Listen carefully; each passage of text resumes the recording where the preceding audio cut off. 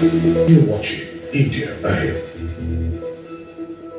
Welcome back. You're watching India Head News. My name is Kitty Behl. In some good news from Mumbai, the BMC has claimed that the doubling rate of coronavirus cases in Mumbai, which has been one of the worst hotspots in the country, has risen to 29 days now. The BMC has also said that the daily COVID growth rate has gone down to 2.43%, and this has now put Mumbai in safe zone of sorts. The COVID task force has claimed that with enough strict measures taken, the corona curve has either been bent or is at the verge of it. And if this trend continues, they'll be able to handle COVID-19 in the city very easily. So is it safe to say that the worst could be over for Mumbai? To talk more on that, I have my guest joining us on this broadcast. I have with me Dr. Rishikesh Pai, medical expert from Leelavati Hospital in Mumbai.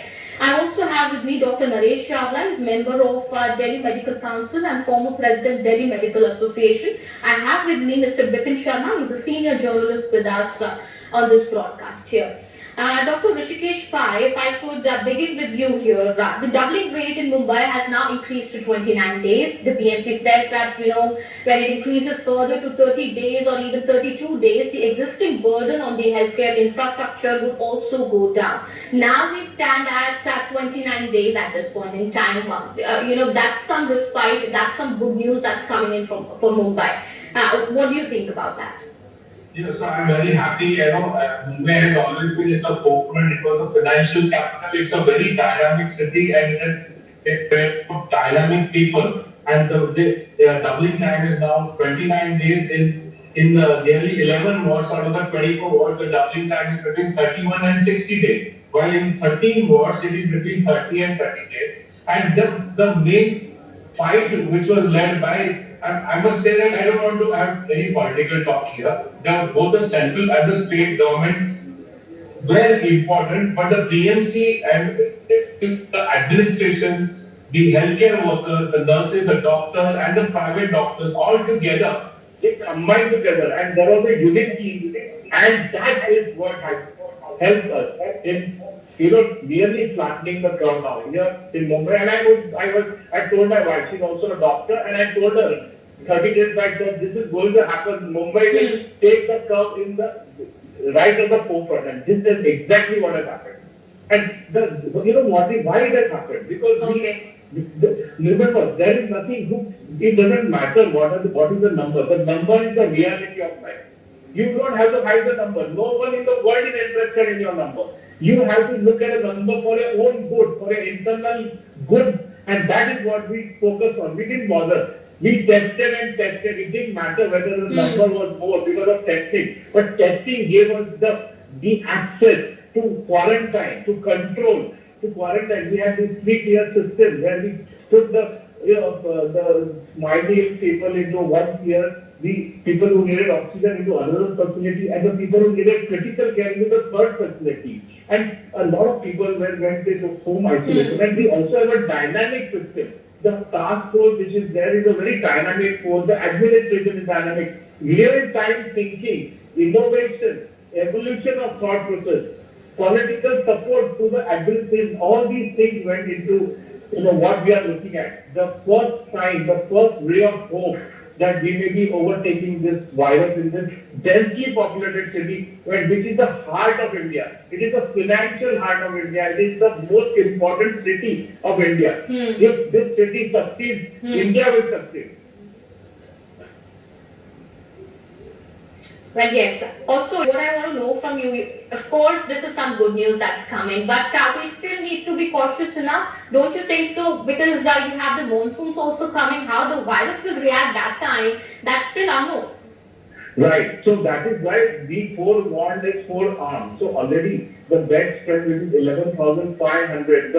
The commissioner is making concentrated effort to increase the bed strength to 20,000. We are increasing the ambulances from 500 to 150 more ambulances are coming in so that there can be proper shifting of the patient. So we are not complacent. We know that there may be still growth. Not only that, if you look at China, you look at Beijing, there is a re-emergence of the virus. So we will have to, in the next 3 years, I feel personally, we should have a rapid action force Just like we have a rapid action, we have a CISF, when there is a riot in one part of the country, we move the rapid action force, just like we have in the armed forces, we have a rapid force which goes to the front. Similarly, we should have a rapid action health force. As soon as there is an outbreak in any city in the country, immediately we should airlift. We should put in open ground tanks. We should have respirators. We should equip that particular city and contain the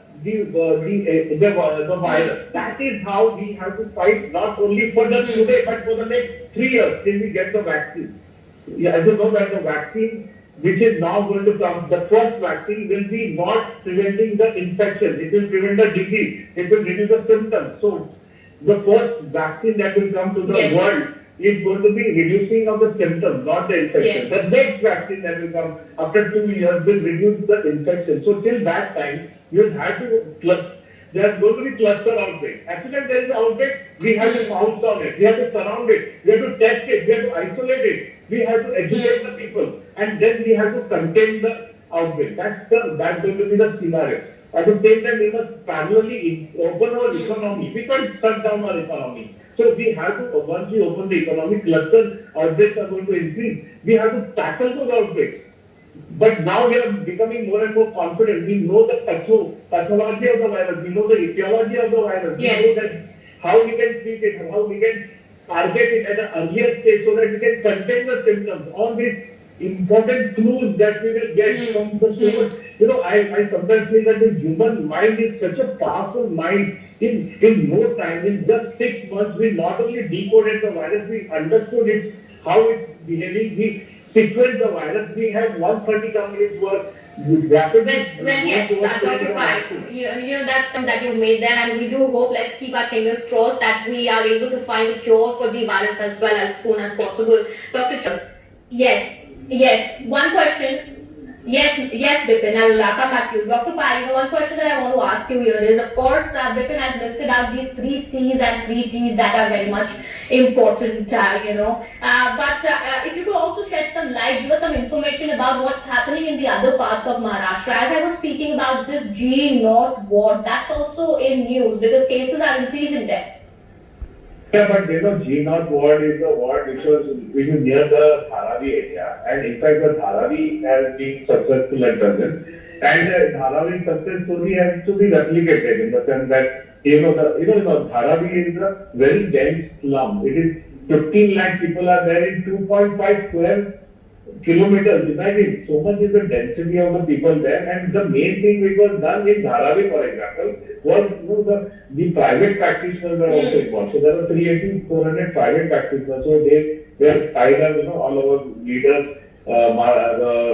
They talked to them, and they were scared to open the clinic, but they were given TPEs and all that. And they started testing for the fever of the patient, for flu-like symptoms. And whichever patient was tracked, then he was referred to the main BMC clinic where they were actually tested for the COVID infection. And those that were tested, they were quarantined. Again, the quarantine facilities were created nearby, so the people were not scared to come to the center. They, had we put them in some big hospitals, then there's a chaos.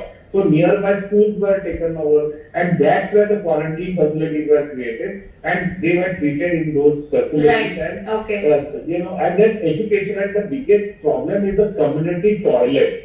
I think one of the biggest, the feeder is the toilet, and that toilet decontamination test, teaching them how to wash their hands, all these things, they have got together, and the DNOT is the actual ward. In fact, one of my private small hospitals that I have is also in the same DNOT ward.